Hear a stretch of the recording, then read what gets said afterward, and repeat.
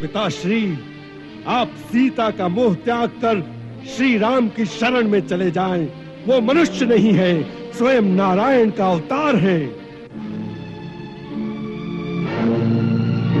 तुम्हारी मति मारी गई है इंद्रजीत, जो इस प्रकार स्त्रियों की भांति अनर्गल प्रलाप करने लगे। यह वीरों की भाषा नहीं। तुमसे किसने कह दिया कि वह वनवासी छोकरे भगवान का अवतार है? मेरे अनुभव ने। आज मैंने लक्ष्मण पर उन तीनों अस्त्रों का प्रयोग किया जो अमोघ हैं, जिनकी शक्ति से बढ़कर तीनों लोकों में कोई अस्त्र नहीं, जिनका ना कोई तोड़ है। पहले मैंने ब्रह्मास्त्र चलाया, परंतु वो लक्ष्मण का वध करने से इनकार करके तेजहीन होकर लौट आया। क्योंकि कल एक समय जब लक्ष्मण मुझ पर ब्रह्मास्त्र चलाना चाहता था, तो राम ने उसे नीति विरुद्ध कहकर रोक दिया था। आज ब्रह्मास्त्र ने मुझसे भी यही कहा था कि इस समय इसका प्रयोग नीति विरुद्ध है। इसके चलने से देवलोक, पाताल, पृथ्वी, तीनों लोक में विनाश की ज्वाला भड़क उठेगी। परंतु यह सब अधर्म और अन्याय को विजय दिलवाने के लिए नहीं हो सकता। इसीलिए ब्रह्मास्त्र तेजहीन होकर लौट आया।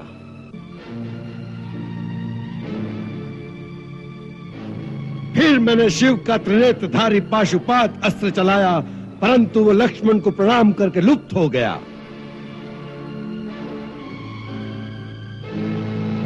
फिर मैंने भगवान नारायण का अमोघ चक्र, जो त्रिलोकी की अंतिम शक्ति है, उसे चलाया, परंतु नारायण चक्र लक्ष्मण की प्रदक्षिणा करके लौट आया।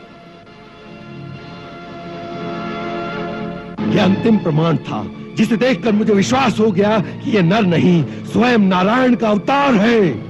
और तुम अपने पिता को यह प्रवचन देने आ गए कि हे पिता, जो तुमने तीनों लोकों में अपनी विजय का डंका बजाकर अखंड यश प्राप्त किया है, आज उस यश को धूल में मिलाकर दो वनवासी भिखारियों के चरणों में जाकर बैठ जाओ। इंद्रजीत, याद रखो, जो स्वयं अपने हाथों अपनी कीर्ति को धूल में मिला देता है, देवता भी उसका सम्मान नहीं करते। वह कहेंगे कि मृत्यु के डर से रावण ने हार स्वीकार कर ली। हाँ, उनकी शक्ति से तुम भयभीत लग रहे हो। तुम्हारा मन और शरीर दोनों थक गए हैं। जाओ, अपने महल में जाकर विश्राम करो। यह युद्ध रावण का है और रावण इसे अकेला ही लड़ लेगा। रावण का मार्ग स्थिर हो चुका है, उसे अपमान और अपयश का नया मार्ग मत दिखाओ इंद्रजीत।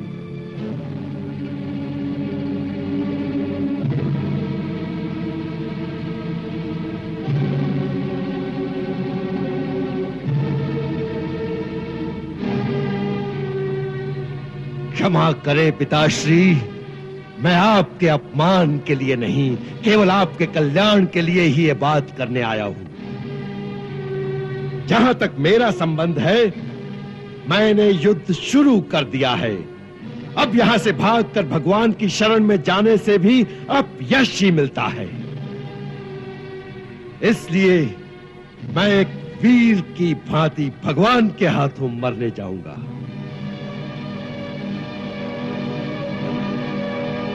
जो पिता से विमुख होकर जाते हैं, भगवान भी उनका आदर नहीं करते। इस समय मेरा स्थान राजमहल में नहीं, केवल युद्ध भूमि में है। यदि राम मुझे तीनों लोगों का राज्य भी प्रदान कर दे, तो भी मैं युद्ध से भागे हुए कायर की संज्ञा लेकर जीवित नहीं रहना चाहता। क्योंकि मेरी आत्मा ही मेरा सम्मान नहीं करेगी, तो दूसरे क्या करेंगे? मुझे आशीर्वाद दीजिए कि यदि मेरी मृत्यु भी लिखी है, तो मैं एक वीर की भांति अपनी आन के साथ इस प्रकार मरूं कि राम भी मेरी वीरता की प्रशंसा में नतमस्तक हो जाएं।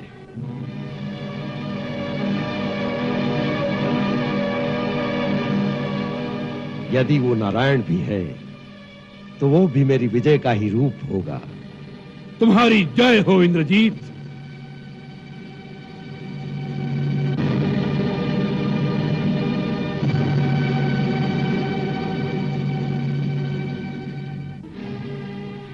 पुत्र, यदि तुमने उन्हें पहचान ही लिया है कि वे स्वयं भगवान हैं, तो तुम अकेले ही उनकी शरण में चले जाओ। मुक्ति के पथ पर प्राणी अकेला ही जाता है।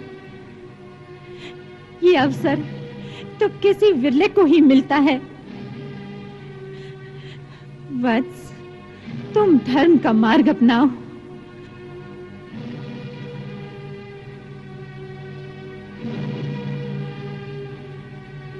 माता, जो पुत्र अपने पिता से विमुख होकर पिता को शत्रुओं में अकेला छोड़कर मुक्त होने जाता है, उसका देवता तो क्या, भगवान भी आदर नहीं करेंगे।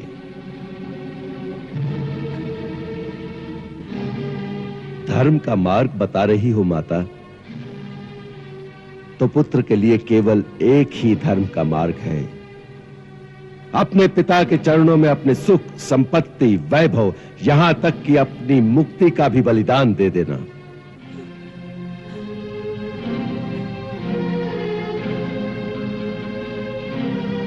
स्वयं राम ने भी यही आदर्श सिखाया है। माता, मुझसे कोई भूल हो गई हो तो क्षमा कर देना।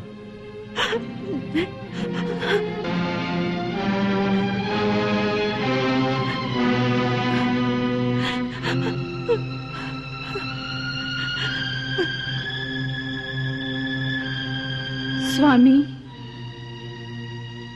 कर्तव्य पथ पर जा रहे हो, मैं रोकूंगी नहीं, परंतु जाते जाते केवल एक बार मेरी ओर देख लेते तो कोई क्षति तो न होगी। नहीं सुलोचना,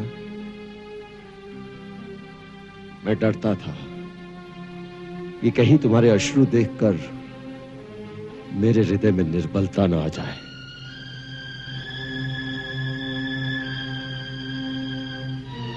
देख लीजिए, इन आंखों में कोई अश्रु नहीं। पत्नी का धर्म होता है पति की कर्तव्य पूर्ति में उसका साथ देना, उसके उत्साह को बढ़ाना, ना कि अपने मोह से उसे निर्बल करना। पति पत्नी का संबंध तो जीवन मरण का होता है, फिर रोना किस लिए? जाइए स्वामी, अपने धर्म का पालन कीजिए, उसमें ही आपकी विजय है।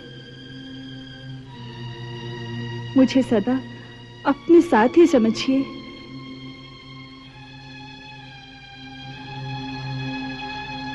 सुलोचना, तुम धन्य हो। तुम्हारी गणना संसार में श्रेष्ठ स्त्रियों में होगी।